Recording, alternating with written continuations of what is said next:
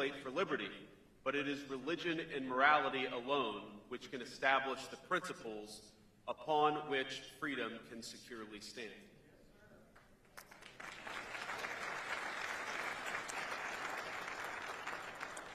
Now, of course, that's an important lesson for any lawmaker in this room, but for all of us in this room. But I'm here this morning in part to reflect not only on the words of our founders, but especially on those of their own intellectual forebears, the church fathers of classical Christianity, to which we owe the very notion of religious liberty. And I know we have people of every faith here, but it is, I think, a conceit of modern society that religious liberty is a liberal concept, but we know that religious freedom flows from concepts central to the Christian faith in particular: the free will of human beings and the essential dignity of all peoples.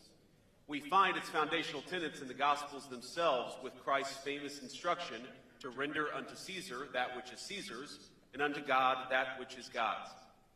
Early Christians, of course, suffered greatly, and unfortunately many Christians still suffer today, at the hands of oppressive state power. It weighed heavily on the church's first theologians and apologists. Reacting to the persecution of his fellow Christians in the 3rd century, the early church father Tertullian of Carthage published an open letter to the Roman consul. In it, he advocated the freedom to practice one's faith according to his or her conscience, and I'm quoting, "It is only just and a privilege inherent in human nature that every person should be able to worship according to his own convictions. The religious practice of one person neither harms nor helps another. It is not part of religion to coerce religious practice, for it is by choice, not coercion, that we should be led to religion." End quote. Now, perhaps unsurprisingly, it was the same church father who is credited with first coining the phrase religious liberty. Decades later, another Christian apologist would go on to advise Emperor Constantine, quote, "Religion cannot be imposed by force. The matter must be carried on by words rather than by blows."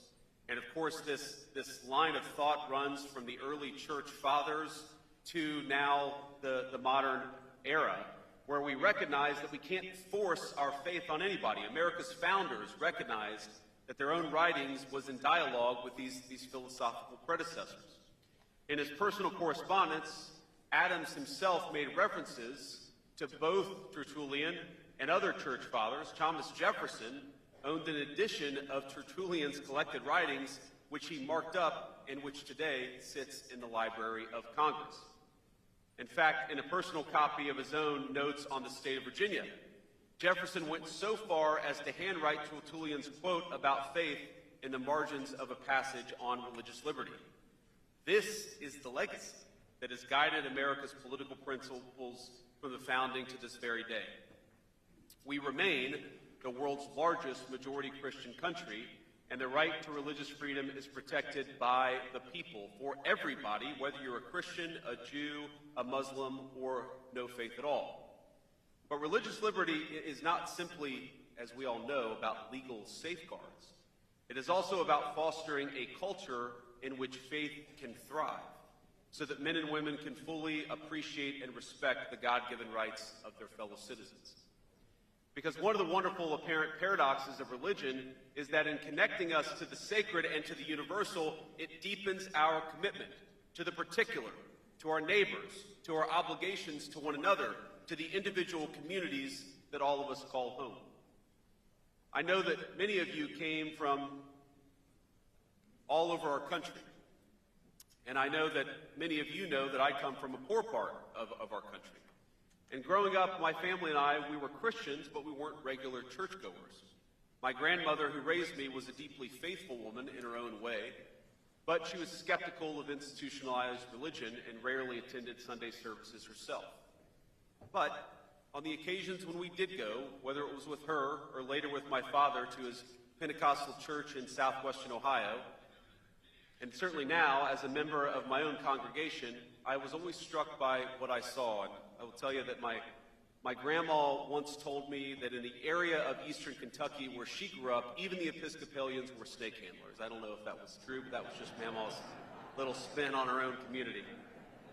But think about it. Church was a place and still is, where people of different races, different backgrounds, different walks of life came together in commitment to their shared communities and, of course, in commitment to their God.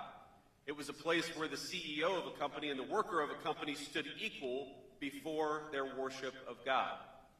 It was a place where people united not just in the pews, but in acts of service, on mission trips, charity drives, and in rallying around one another in times of sickness or grief, or, of course, in celebration of new life.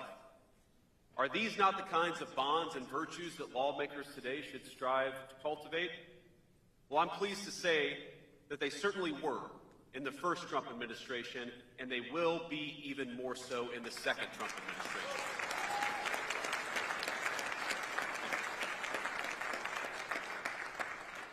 Now, in his first term, President Trump centered the cause of advancing religious freedom in his foreign policy. In China, across Europe, and throughout Africa and the Middle East, the first Trump administration took critical steps to protect the rights of the faithful, whether that was by rescuing pastors who were persecuted by foreign regimes, or bringing relief to the Yazidis, Christians, and other faith communities facing genocidal terror from ISIS. And in his domestic policy, President Trump's first term brought a new high watermark for religious Americans. He took decisive action to defend religious liberty, combat anti-Semitism, and preserve the conscience rights of hospital workers and faith-based ministries as they provided care to their fellow Americans, and to remove barriers for religious organizations and businesses to contract with the federal government. You shouldn't have to leave the door of your people's government, and under President Trump's leadership, you won't have to.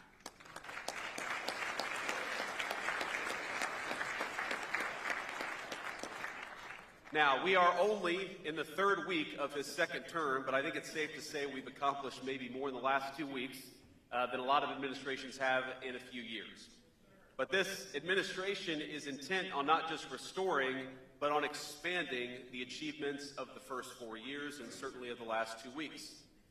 And in this short period, the president has issued orders to end the weaponization of the federal government against religious Americans, pardon pro-life protesters who were unjustly imprisoned under the last administration, and importantly, stop the federal censorship used to prevent Americans from speaking their conscience and speaking their mind, whether it's in their communities or online. Now, our administration believes we must stand for religious freedom, not just as a legal principle, as important as that is, but as a lived reality, both within our own borders and especially outside of them. In recent years, too often has our nation's international engagement on religious liberty issues been corrupted and distorted to the point of absurdity. Think about this. How did America get to the point where we're sending hundreds of thousands of taxpayer dollars abroad to NGOs that are dedicated to spreading atheism all over the globe? That is not what leadership on protecting the rights of the faithful looks like. And it ends with this administration.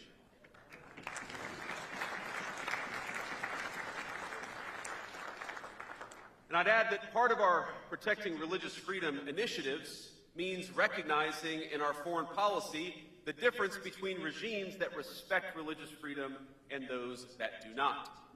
The United States must be able to make that distinction. We must be able to look at the catastrophes, like the plight of Iraq's Christians over the past 3 decades, and possess the moral clarity to act when something has gone wrong.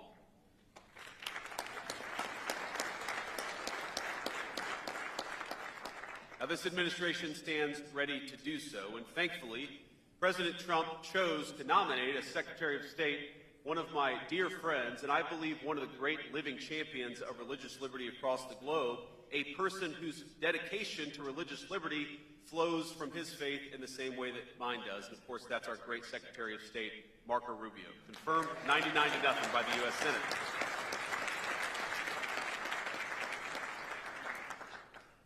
But both at home and abroad, we have much more to do to more fully secure religious liberty for all people of faith. I am grateful for the painstaking work that everyone in this room has poured into that effort. I pray that together we will be able to better protect the dignity of all peoples, as well as the rights of all believers to practice their faith according to the dictates of their conscience. So thank you all for your work in preserving religious liberty. Thank you for safeguarding the rights of faith communities across the globe. And thank you, most of all, for believing, because we know that the source of religious liberty is the recognition that all of us are equal under the rights and laws of God, and that principle will guide us in the years to come. God bless you all, and thank you for having me.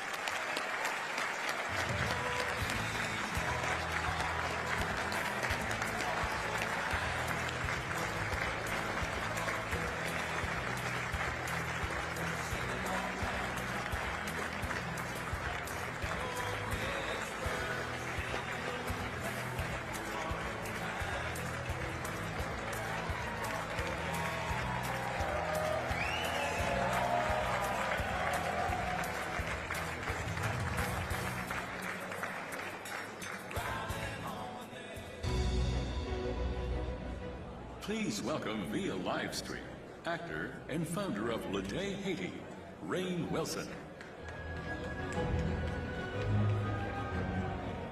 Hello, everyone. Hi. So nice to see you all. I'm sorry that I couldn't be there in person, and what a strange and profound honor to be following the Vice President of the United States in any kind of talk. My name is Rainn Wilson. I'm an actor. I'm an author, most recently of the book Soul Boom. And I do believe that I could play J.D. Vance in the upcoming television movie. What do you think? Give me your thoughts.